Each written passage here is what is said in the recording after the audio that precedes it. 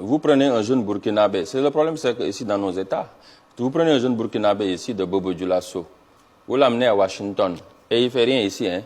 Il est là en train de boire café parce qu'on ne lui donne pas des opportunités. Il a 4 diplômes, je ne sais pas quoi. Il n'a même pas de diplôme.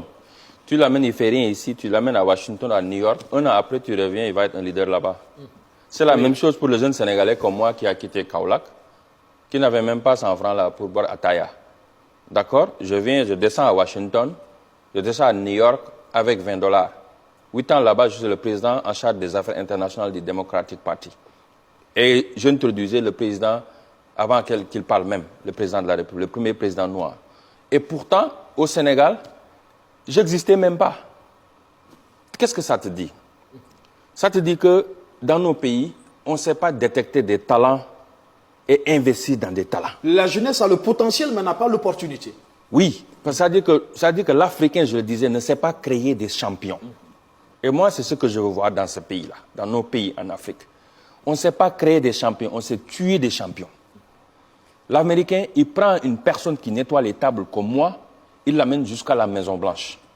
Il prend un jeune Mamadou, Sénégalais ou Burkinabé qui vient d'arriver, de rien, pas de parents, pas de background, pas d'anglais. Il le regarde travailler jusqu'à ce qu'il lui fasse l'un des meilleurs docteurs ou scientifiques comme Cheikh Modibo Diarra jusqu'à NASA. Et eux, ils utilisent ça comme success story pour montrer aux autres, ah, lui là, on peut partir de rien. C'est l'exemple de « from nothing you can be something ». L'Africain là, nous, notre problème là, on te voit partir même, tout le monde va descendre en bas. Mais il faut qu'on soit ensemble, au bas de l'échelle. Pas seulement soit ensemble, mais il faut qu'on accepte le talent de l'autre et de soutenir l'autre. Et que le succès ne peut pas dire que tu as marabouté quelque... Par exemple, pour nous, l'idée de succès là, dès que tu réussis, on te colle des choses. Il a marabouté quelqu'un, il a volé l'argent, et il devait faire quelque chose pour y arriver. Mais on ne croit pas au succès de nos frères et sœurs. Mais si quelqu'un d'autre le fait, un blanc, il vient là. C'est pourquoi, c'est simple. Hein? Regardez nos amis de la France, des États-Unis, du Liban, etc. Ils arrivent dans nos pays, ils ne parlent pas nos langues. Ils ne comprennent pas nos coutumes, nos valeurs. Mais dans moins de 3 mois ou 3 ans, ils deviennent nos chefs dans nos propres pays.